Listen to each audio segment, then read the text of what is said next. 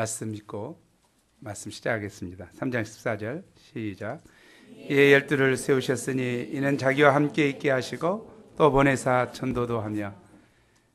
열두를 세우시다 라는 말씀으로 보겠습니다. 본문 말씀은 호주, 러시아, 일본 가서 계속 전했던 말씀이기 때문에 절제가 필요합니다. 저는 2시간씩 했거든요. 동교센터 가서도 2시간 했는데 딱 인내하시겠죠? 2시간 주시면 제가 다 하겠습니다만. 그래서 제 인내가 필요할, 여러분에게는 인내가, 저에게는 절제가 필요한 시간이 될 것 같습니다. 예. 예수님은 어두운 그 시대에, 절망적인 그 시대에 12 제자를 양성하셨습니다. 예수님의 사역의 핵심은 제자 양성이었죠. 굉장히 중요시 여기시고 제자 양성을 했습니다. 오늘날도 총선과 대선을 위해서 물갈이 한다고 난리죠. 내가 왜 갈려야 돼? 서로 반발하고 나뉘어지고 난린 것 같습니다. 그러나 중요한 것은 어떤 모습이든지 지도자는 중요한 것 같습니다.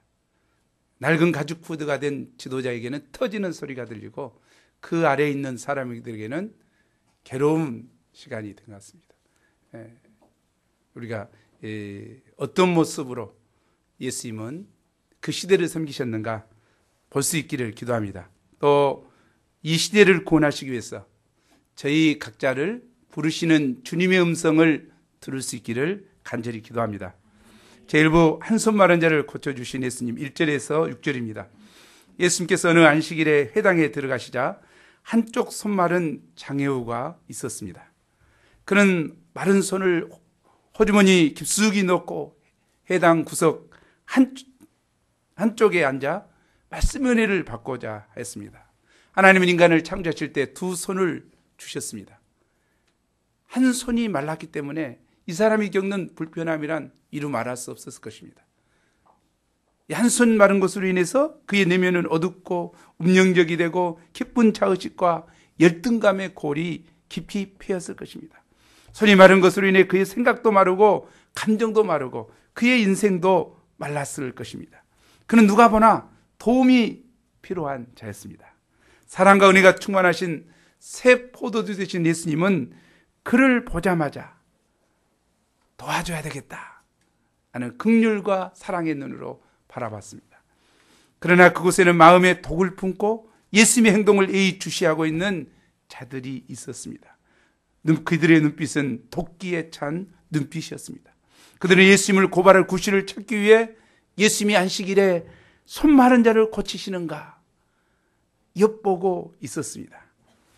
바리새인들은 종교 지도자들로서 안식일에 마땅히 하나님의 말씀을 가르치고 도움이 필요한 양들을 도와주어야 했습니다.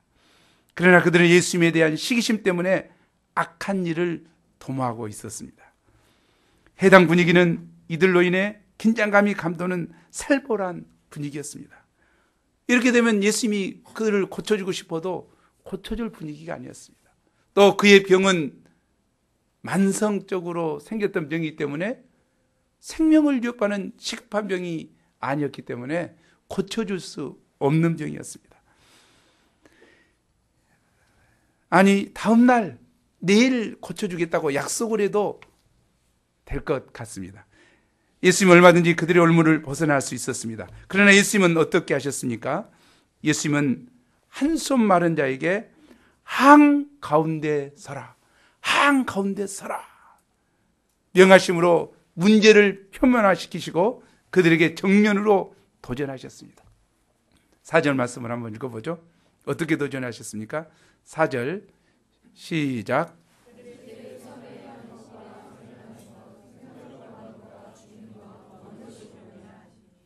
예수님의 질문은 굉장히 쉬운 질문인 것 같아요.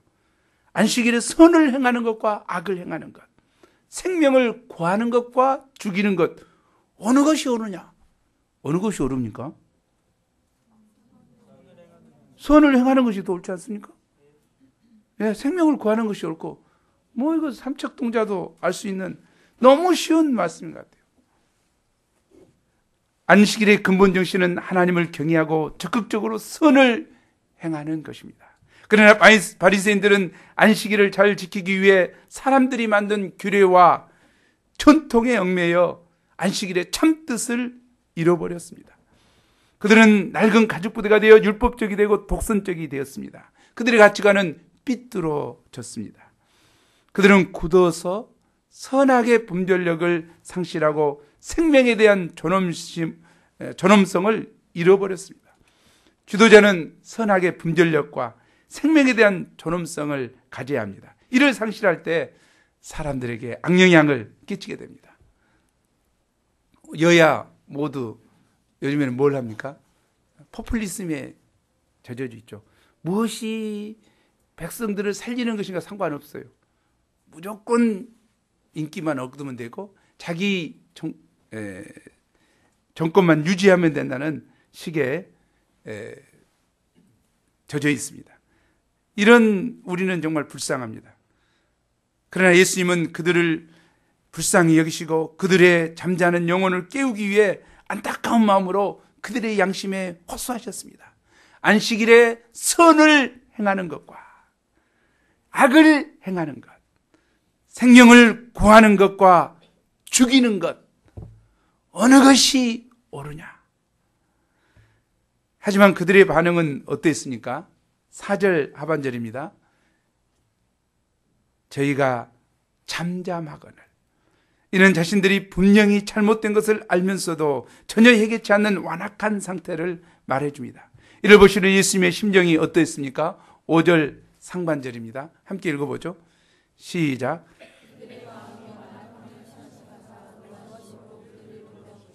그들의 마음이 완악함을 탄식하사 노하심으로 그들을 둘러보시고, 여기 마음의 완악함이란 잘못을 알면서도 해결치 않는 마음입니다.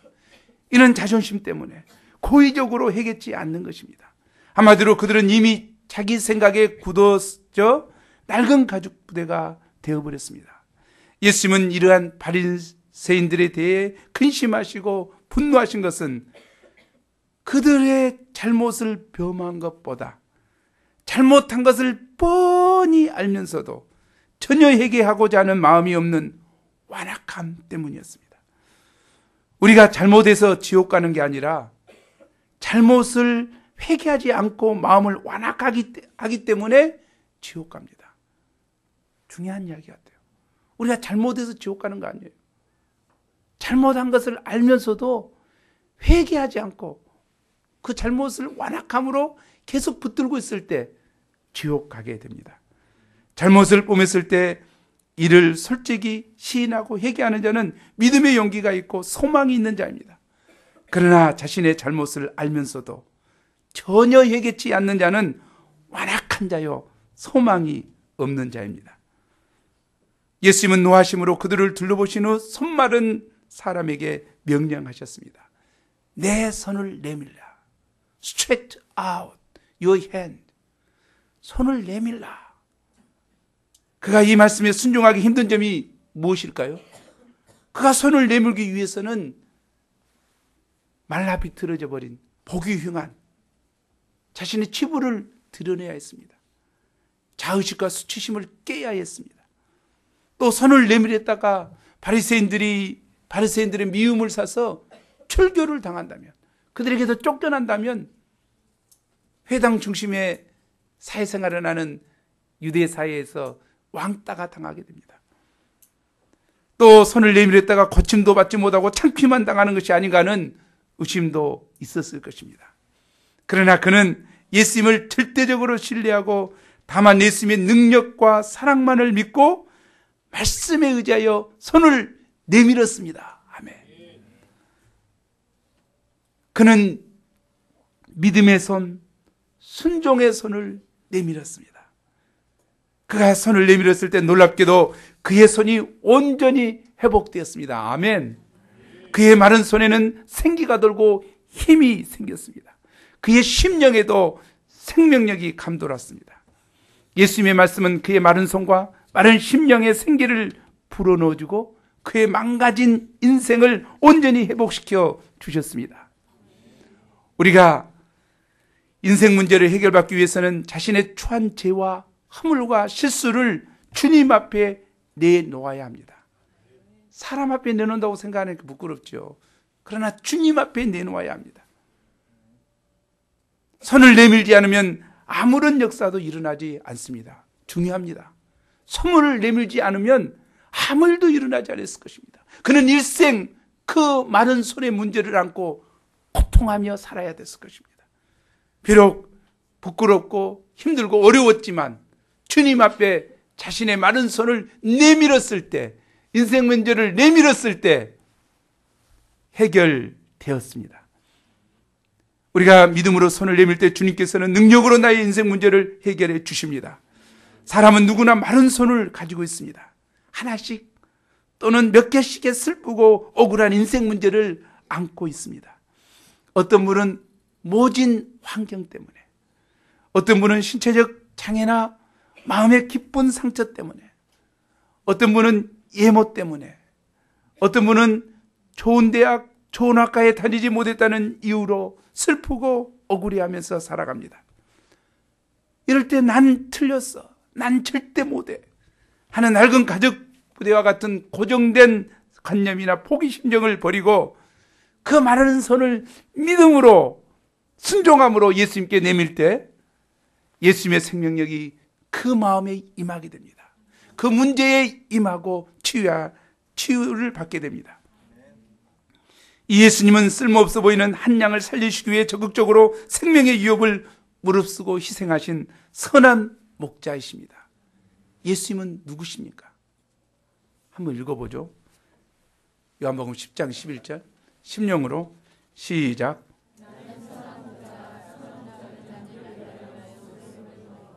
예, 예수님은 선한 목자이십니다. 좋은 목자이십니다. 왜? 양들을 살리기 위해서, 양들을 위하여 자기 목숨을 내어 놓으셨습니다. 희생하셨습니다. 여기 생각해 보면 그날 해당에는 바리새인들이 예수님을 고발할 빌미를 찾고자 했습니다. 여차하면 예수님을 죽이고자 했습니다. 살기가 등등했습니다. 그런데도 예수님은 살벌한 분위기 가운데서도 바리새인들에게 도전하셨고 한 양을 위해서 생명을 걸고 그를 고쳐주셨습니다. 예수님에게는 양들을 향한 귀한 사랑이 있었고 목숨을 위협하는 상황 가운데서도 도전하는 용기가 있었습니다. 예수님께서 어떻게 그처럼 용기 있게 행할 수 있었습니까? 한마디로 안식일에는 아무것도 하지 않아야 한다는 사람들의 기류와 고정관념에 매이지 않고 항상 하나님 편에서 어느 것이 옳으냐에 따라 행하셨기 때문입니다. 아멘. 어떤 경우에도 어느 것이 옳으냐를 생각하셨고 그 옳은 일이라면 자신의 생명도 돌보지 않으셨습니다. 하지만 바리새인들은 어느 것이 옳으냐는 질문에 양심의 충격을 받았지만 자신의 이익에 매여 양심대로 행하지 못했습니다. 사람이 옳은 것을 찾기보다 자신의 유익을 구하고 자신의 편함과 재미만을 구하는 사람들은 낡은 가죽 부대가 될 수밖에 없습니다. 또 점점 악해질 수밖에 없습니다. 우리도 예수님처럼 옳은 일을 행하는 용기를 가진 세보대가 되어야겠습니다. 아멘. 우리가 본문의 손마른 장애우와 같이 슬픈 인생 문제를 안고 괴로워하는 캠퍼스 양들을, 각종 이단들, 캠퍼스를 어지럽히는 이단들, 신천지 이단과 안산홍 진흥의 이단과 증인의 이단과 JMS 이단과 통일교, 뚜렷한 이단들, 양들을 끌어가고 지옥으로 몰고 가는 악한 것들을 우리가 들로부터 양들을 보호하고자 하는 강한 심정을 가져야 되겠습니다. 그들은 거짓을 일삼으며 양들을 유혹하고 있습니다. 한 손 마른 자가 즉시 고침받은 것을 본 바리새인들은 마땅히 회개해야 했습니다. 그러나 낡은 가죽부대인 그들은 회개는커녕 나가서 무슨 짓을 했습니까?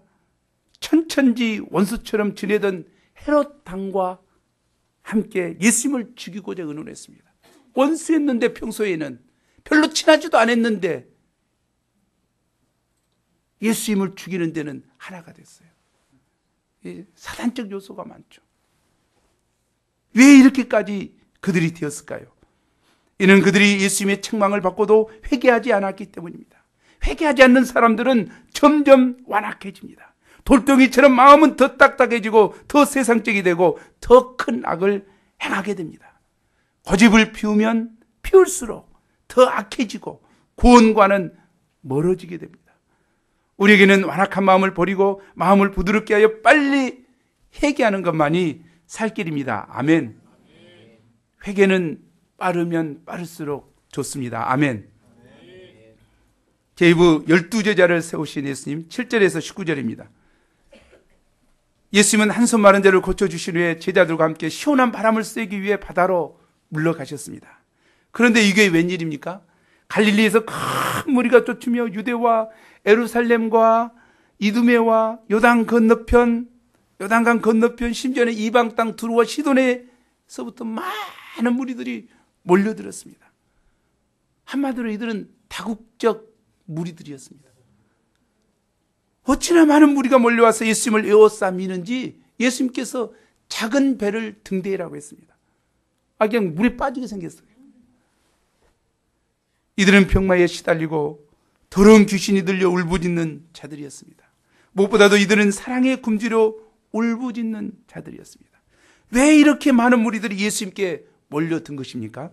8절 하반절입니다. 우리 함께 읽어보죠. 시작. 많은 무리가 그가 하신 큰 일을 듣고 나왔습니다. 그들은 예수님이 추한 문둥병자에게 손을 대시며 깨끗게 하신 것을 들었습니다. 사랑이 가득 찬 모습으로 내가 원하노니 깨끗함을 받으라. 저물 때 각생 병자들, 귀신 들린 자들이 예수님께 몰려들 때 예수님께서 일일이 손을 얹으셔서 그들을 치료하시는 것을 들었습니다. 또 쓸모없게 된 한손 마른 자가 회당에 앉았었는데 생명의 위험을 무릅쓰고 고쳐줬다는 소식을 들었습니다. 예수님은 사랑이 많으시고 예수님은 정말 우리를 위해서 희생하시는 선한 목자가 되신다. 아름다운 소식을 사람들에게 들었습니다. 사람들이 이 아름다운 소식을 들었을 때마다 감격하고 예수님을 간절히 사모했습니다. 그리고 약속이 난 듯이 구름대같이 예수님께 몰려왔습니다. 그들은 험한 세상에 시달리다가 예수님의 사랑의 품에 안기고자 나온 것입니다. 우리도 가족들에게, 친구들에게, 직장 사람들에게 우리에게 행하신 은혜로운 예수님의 큰 일을 전해야 합니다. 그래야지 그 사람들이 듣죠. 예수님이 이런 분이시다. 들어야 돼요. 그럴 때 많은 사람들이 몰려올 것입니다. 이것이 자연스러운 전도요. 부흥의 길입니다. 이 관계 전도가 중요해요. 아는 사람에게 전하는 거예요. 몰려온 그들의 절실한 요구가 무엇입니까? 질병으로부터 시달리다 질병의 치유를 받기를 원하고 상처받았던 그들이 예수님의 사랑에 굶주려서 나왔습니다. 예수님이 살던 시대는 한마디로 절망적인 시대였습니다. 헤롯과 같은 정치 지도자들은 음란과 불의하였고 바리새인과 같은 종교 지도자들은 마음이 완악하여 소망이 없었습니다. 백성들은 참 목자를 찾아 방황하였습니다. 그 시대는 양들을 책임성 있게 돌봐줄 목자가 절실히 필요합니다. 이런 시대에 무엇을 해야 됩니까? 캠퍼스 영혼들은 방황하고 유리합니다. 누가 정말 진정한 국가를 위한 사람인지 모르고 방황하고 데모하고 정권 타도, 헤롯 정권 타도를 외칠 수밖에 없습니다. 나라를 걱정하는 사람들은 너나 할 것이 한숨 쉬면 이대로는 안 된다고 말합니다. 그러나 바로 이때 예수님은 시대 문제를 안고 무엇을 하셨습니까? 산에 오르셨습니다. 왜? 건강이 안 좋아서 오르셨습니까? 왜 오르셨어요? 예수님 피해서 올라갔어요? 누가복음 6장 12절에 보면 예수님이 밤이 맞도록 기도하셨다고 하셨습니다. 아멘. 예수님은 시대 문제를 안고 상한 심정으로 간절히 철학 기도를 하셨습니다. 예수님은 인류 구속 역사를 섬기시는데 하나님의 기뻐하시는 뜻이 무엇인가 알기를 원하셨습니다. 이처럼 바쁘신 가운데서도 중요한 결정을 앞두고 항상 간절히 기도하신 예수님, 새벽 미명에 기도하신 예수님, 습관을 쫓아 기도하신 예수님은 우리에게 많은 것을 가르쳐 줍니다. 우리도 동일하게 이 시대 문제가 너무 힘들고 캠퍼스 영적인 상황이 너무 힘들고 내 전공이 너무나 힘들고 취직하는 것이 너무 힘들고 직장 생활이 너무 힘들고 문제가 많습니다. 이런 문제를 안고 우리는 무엇을 해야 되겠습니까? 우리가 예수님의 제자라면 예수님처럼 산에 올라야 합니다. 예수님처럼 산에 오른 이유가 뭐였습니까? 예수님은 사람들을 피해 하나님과 교제하는 조용한 시간을 갖고자 했습니다. 우리가 산에 못 오른다 할지라도 새벽에 나와서 기도하고 저녁에 기도. 어제 저녁에 제가 기도하면서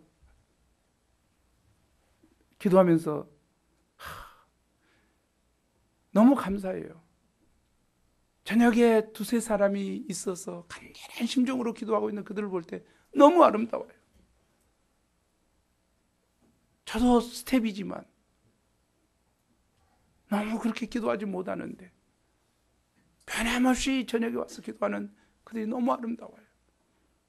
스텝들이 회개해야 되겠죠. 기도가 부족하니까. 참 중요한 이야기라고 생각해요. 예수님은 시대 문제를 안고 내가 어떻게 할 수 없는 문제를 안고 하나님과 만나서 문제를 해결하고자 하나님은 뭘 원하실까? 하나님은 어떤 마음이실까? 이 시대를 보신 하나님의 눈은 무엇일까? 나는 어떻게 할 수 없는데 내 힘으로는 아무것도 할 수 없는데 하나님은 뭘 원하실까?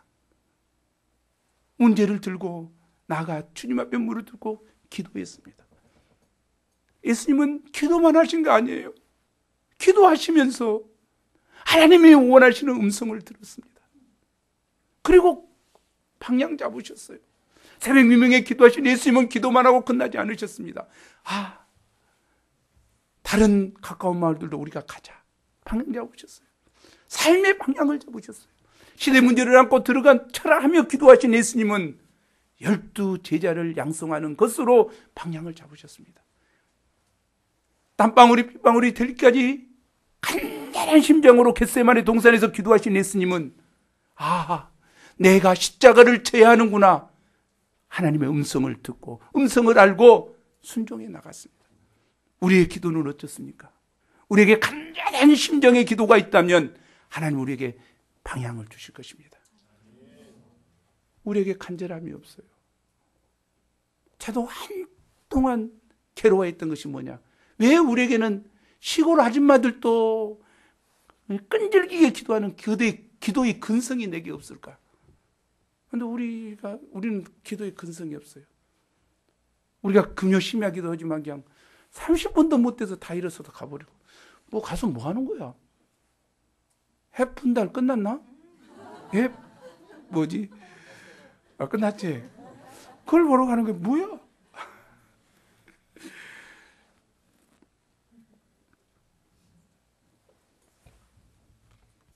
우리가 예수님을 통해서 정말 배워야 합니다.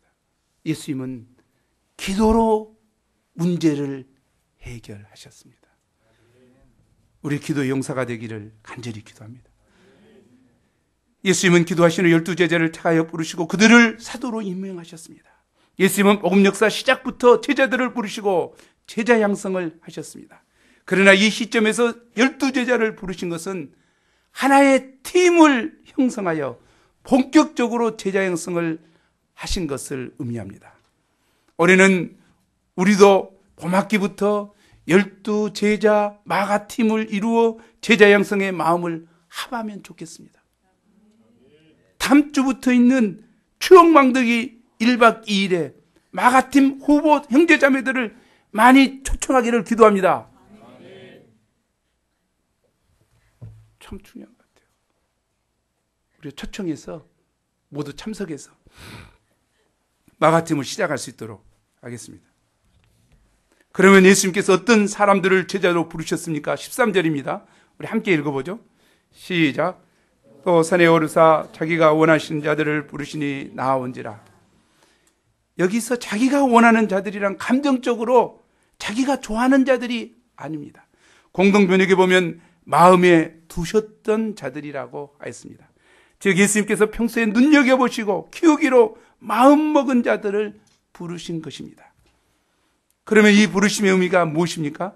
예수님께서 제자들을 자기가 원하는 자들로 부르셨다는 것은 주권적인 선택을 의미합니다. 이 부르심이 사람의 뜻으로 된 것이 아니고 하나님의 뜻으로 말미암았다는 것입니다. 이 부르심은 하나님께서 친히 택하셨기 때문에 하나님이 책임져 주시고 키워주신다는 것입니다. 또 이것은 변기할 수 없는 사실이라는 것입니다. 또 예수님의 부르심은 온전히 은혜에 기초한 것입니다. 그들이 예수님의 제자로 부르심을 받은 것은 어떤 자격이 있어서가 아닙니다. 그들은 대부분 갈릴리 어부 출신으로 신분이 낮고 학문이 없는 자들이었습니다. 또 재산이 많거나 갈릴리 사회적인 지위가 있는 자들도 아니었습니다. 이를 볼 때 그들이 예수님의 제자가 된 것은 온전히 하나님의 일방적인 은혜로 된 것입니다. 수능 점수 요즘 몇 점인지 모르겠지만 좋아야 가는 거 아니에요. 거기에는 위로가 되죠. 우리가 수능 점수가 안 좋았으니까. 스펙이 빵빵해야 하는 것도 아니에요. 토플 점수가 좋아야 되는 거 아니에요. 좀 못해도 괜찮아요. 저처럼.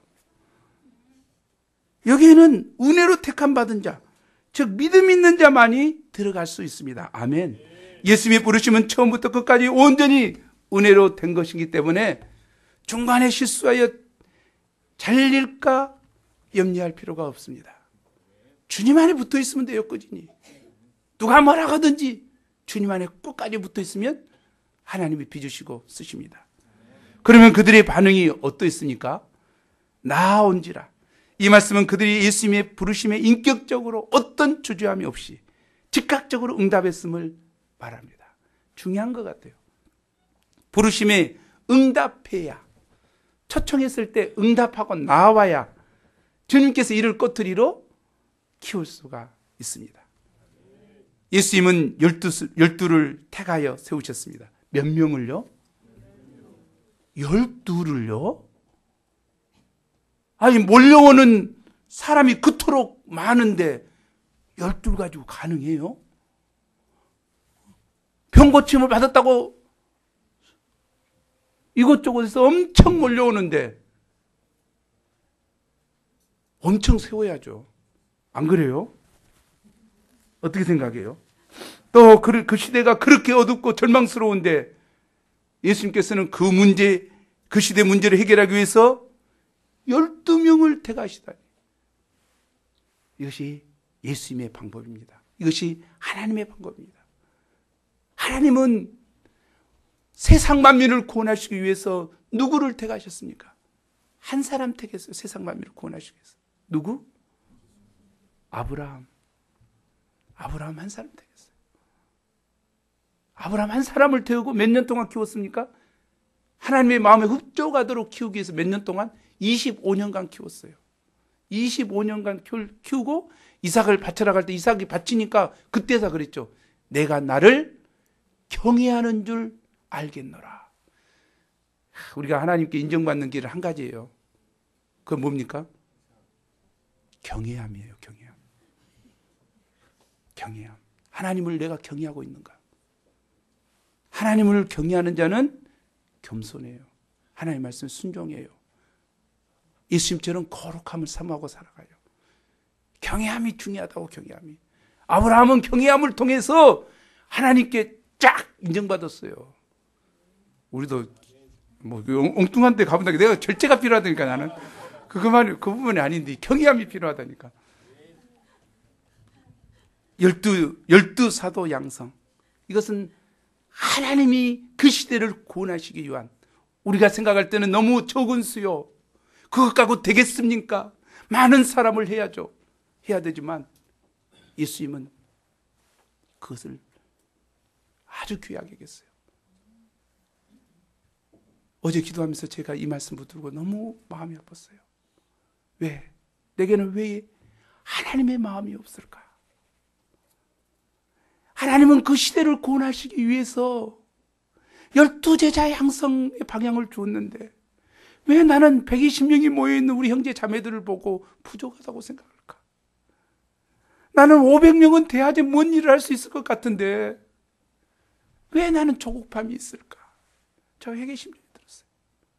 아, 그렇구나. 우리 산부 형제 자매들 한 사람 한 사람이 초대교회 성도들처럼 성령이 충만해진다면 온 세계를 뒤집었던 120 문도처럼 된다면, 마가 다락방에서 기도했던 기도 용사들처럼 된다면 우리는 이 지구를 뒤집고도 말 것이다. 아니, 우주선 타고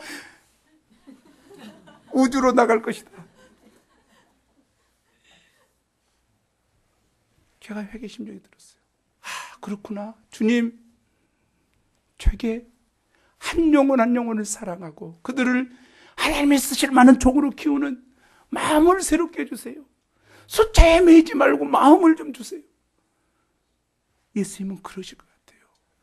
12 사도 양성을 하셨다니까요. 그렇게 많이 몰려오는데, 그 시대 그 문제가 그렇게 많은데 우리가 무엇을 해야 되겠습니까? 하나님이 쓰실 만한 하나님의 사람으로, 하나님의 사도로 성장하고자 하는 소원을 가져야겠습니다.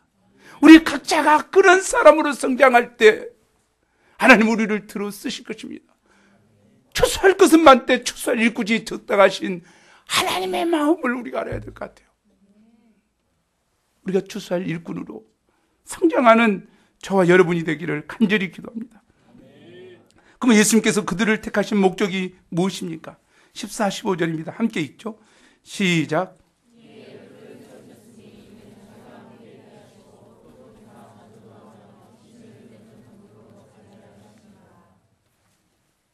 예, 세 가지 목적이 나오죠. 자기와 함께 있게 하시고, 또 보내사 전도도 하며 귀신을 내쫓는 권능도 갖게 하게 하렵니다.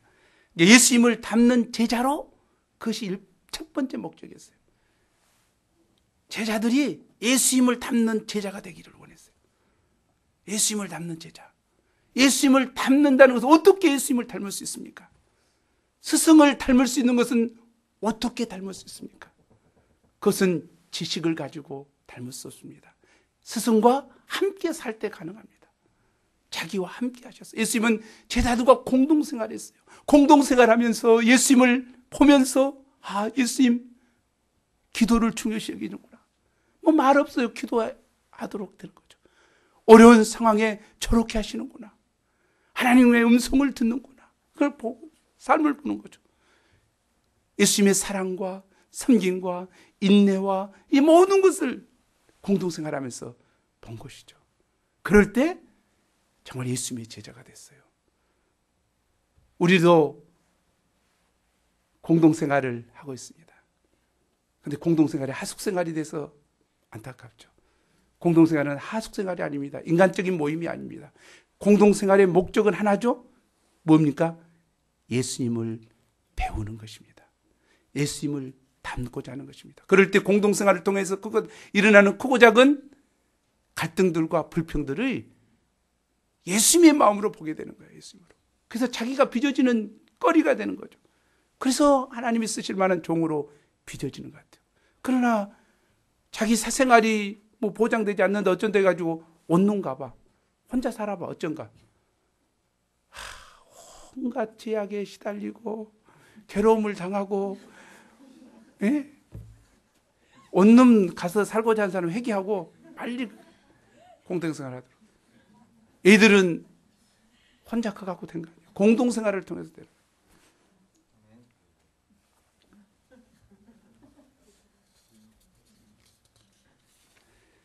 둘째로 전도하는 제자가 되게 하고자 했어요. 예수님은 본인이 병 고치는 것보다 다른 마을로 가서 전도하리냐고. 예수 본인이 전도하셨어요. 전도니 내가 이것 때문에 왔다고 말씀하셨죠. 그리고 12 제자들을 6장에서 보면 둘씩 짝지어 보내시죠. 가서 전도해라. 그 다음에 70인 제자들을 또 보내시죠. 이 70인 제자들을 보내실 때는 권능도 주시거든요. 권능도 주셔가지고 예수님이 십자가에 못 박혀 죽으시고 부활하셨습니다.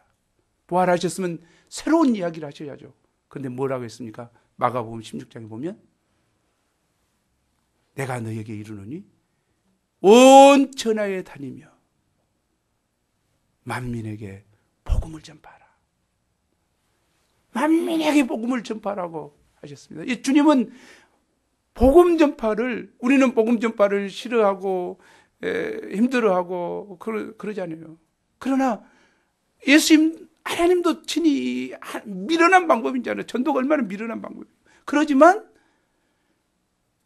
이 미련한 전도하는 방법을 만민을 구원하는 방법으로 들어 쓰셨다는 거예요. 우리가 거기에 뭐 토달 거 있어요? 전도하는 자로 삼으셨다. 전도. 중요할 것 같습니다. 사도 바울도 뭐라고 했습니까? 디모데후서에 때를 어떤지 못 왔든지. 근데 그 앞이 중요한데 1절 말씀이 중요하잖아. 장차 심판하러 오실 심판장 예수님과 하나님 앞과 심판장 예수님 앞에서 엄히 명하노니 너희는 때를 얻든지 못 얻든지 말씀을 전파하라. 예수님은 우리에게 원하시는 것이 있습니다. 우리가 전도자가 되기를, 예수님을 복음을 증거하는 전도자가 되기를 원하셔요. 자, 중요한 것이 있어요. 여기 첫 번째 목적이 뭐였더라? 예수님을 닮는 제자가 되는 거죠. 그리고 여기서 예수님 안에 머무르는 것이 필요하죠. 예수님과 교제하고 예수 말씀과 기도와 소감을 쓰며 이렇게 하는 것이 예수님을 깊이 배워가는 것 같아요. 그 배우고 나면 뭘 해야 돼? 뭘 하라고? 전도해야 돼요. 근데 이거 두 개 사이에서 굉장히 중요합니다. 어떤 사람들은 예수님과 머무는 것만이 신자의 할 일이다. 그리고 계속 머물러만 있는 거예요. 예수님과 교제하고 예수님과 영적으로 깊어지고 그것만 하고 자빠졌는 거예요. 자빠진 거 아니라 서서 하겠지.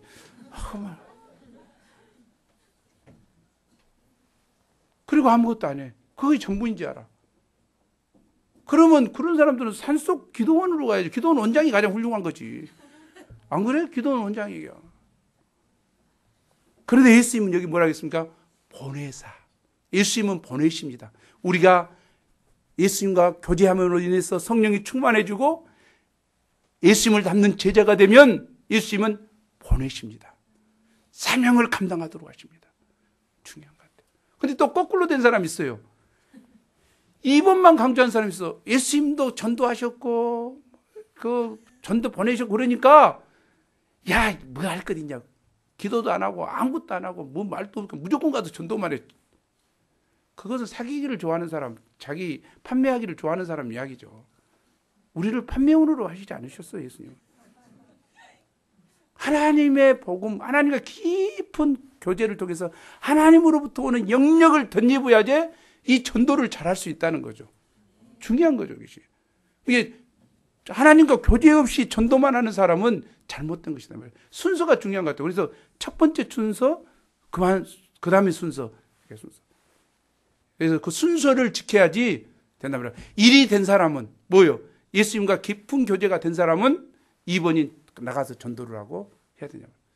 세 번째는 뭐예요? 전도하면서 귀신 들린 자, 병든 자에게 예수님의 이름으로 고쳐줘야 된다. 내가 예수 그리스도 이름으로 명하노니 더러운 귀신아 떠날지어다. 내가 예수 그리스도 이름으로 명하노니 각종 질병은 이 시간 떠날지어다. 손을 얹어야 돼. 믿는 자에게 이름 표령했더니 내 이름으로 귀신을 쫓아내며 새 방언을 말하며 뱀을 집으며 독을 마실지라 은혜를 받지 않으며 병든 자에게 손을 얹은즉 나으리라. 주의 말씀에 의지해서 손을 얹어줘야 돼. 그것이 제자다 그 말이죠. 예수님은 해라겠는데 안 하고 자빠졌으면, 안 하고 있으면 어떠냐 이 말이죠. 그건 예수님의 제자가 아니죠. 그거는 예수님 제자가 아니죠. 우리가 예수님의 말씀대로 정말 간절한 심정으로 위로부터는 영역을 덧입고 손을 얻는 저와 여러분이 되어야 되겠습니다. 예수님은 귀신 들린 자에게 치유하기 위해서 70인 제자를 보내시면서 누가복음 10장 19절에서 권능을 주었습니다. 누가복음 10장 19절 지금 막 안 돌아가고 있는데 좀 조금 가면이 있어요. 예. 시작.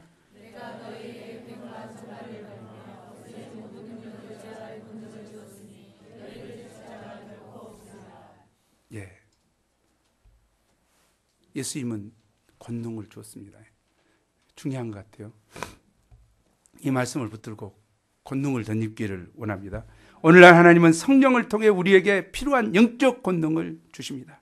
영적 권능을 위해 우리에게 필요한 것은 성령 충만함입니다. 거룩한 영이 내 안에 계시니까 세상 임금보다 더 강하죠. 우리가 힘이 없이는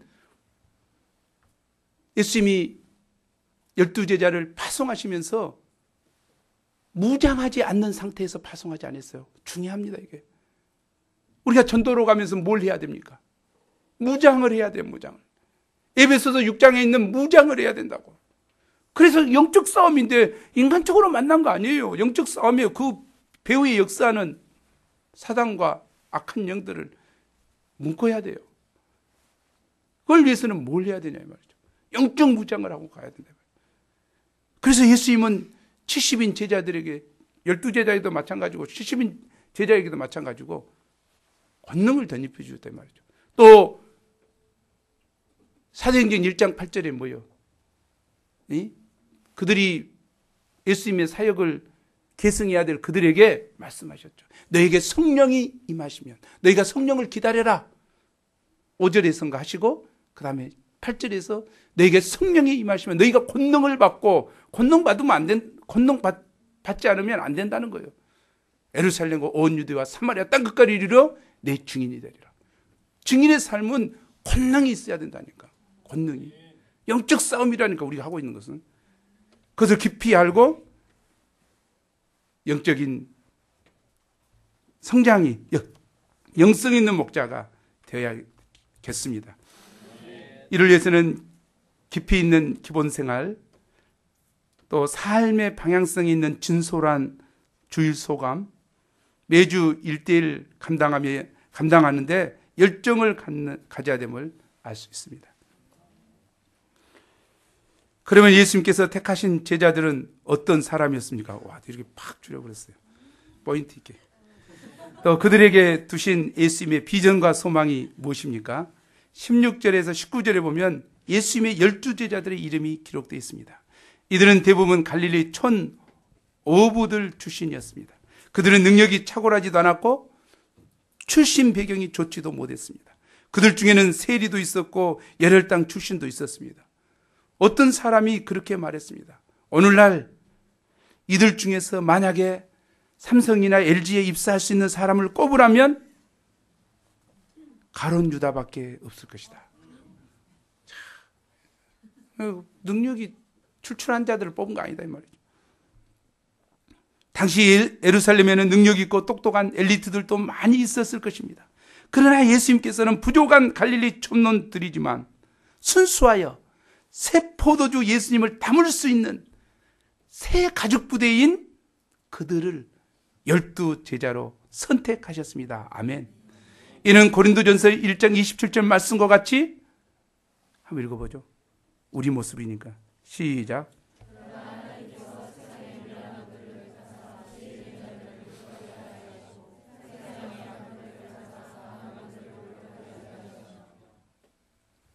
예, 세상에 미련한 것들을 택해서 지혜 있는 자를 부끄럽게 하시고 천한 것, 없는 것들을 택해서 있는 자들을 부끄럽게 하셨어요.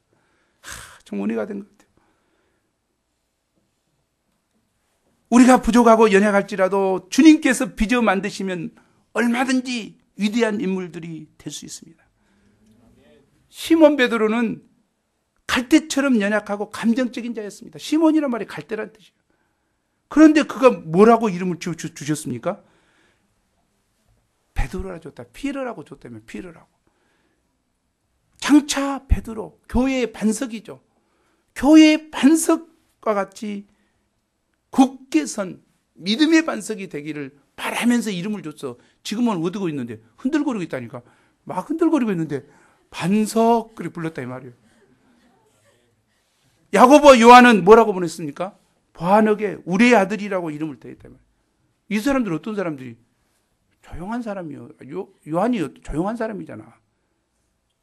근데 우리의 아들, 장차 메신저가 돼서 말씀을 한번 전하면 천지가 진동하는 것 같은 우리 같은 강력한 말씀의 종이 되도록 하기, 그런 비전 가운데 그렇게 보아너게라고 지었단 말이에요. 예수님 비전이 정반대의 성격을 딱 주신 거예요. 참 은혜가 된 것 같습니다. 새 본이란 이름도 마찬가지. 본이 돼서 그런 것이 아니죠. 새 본이 되라. 아멘. 네. 장군은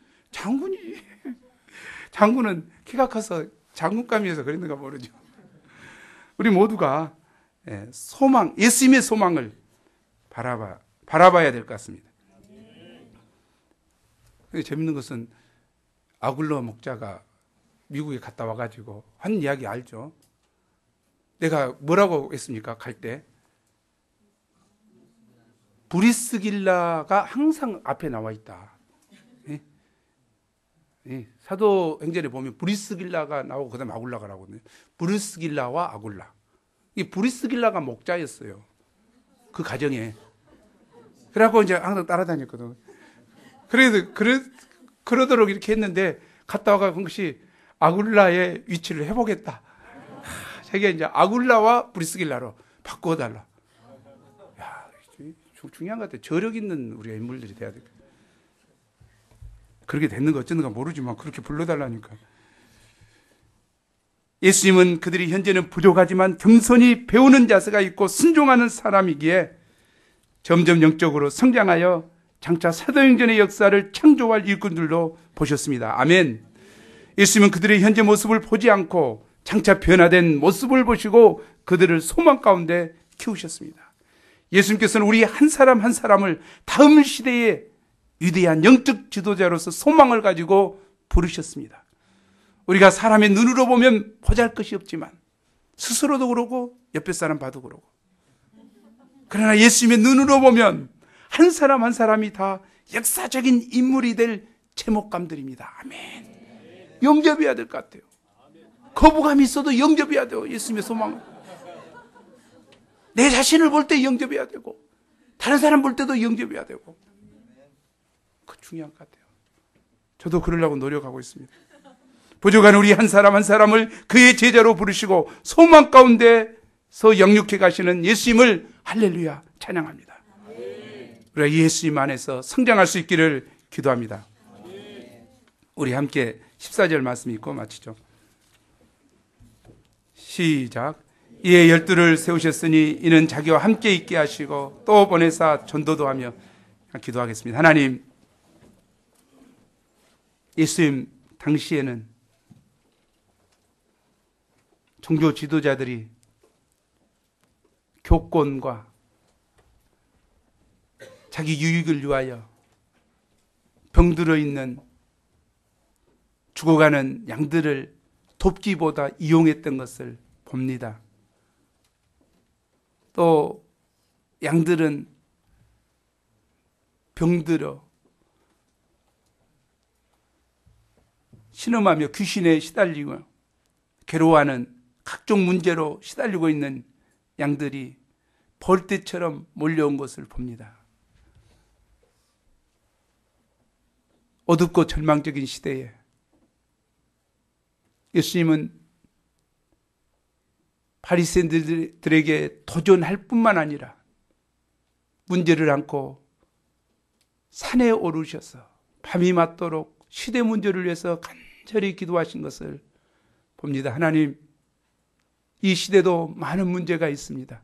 내 개인에게, 우리 가운데, 우리 국가 가운데, 세계 가운데 많은 문제가 있습니다. 하나님, 저희는 어떻게 할 수 없지만 저희도 예수님을 본받아 이 문제를 들고 한적한 곳에 가서 주님께 아뢰며 간절히 기도하는 기도의 용사가 되게 도와주시옵소서. 하나님,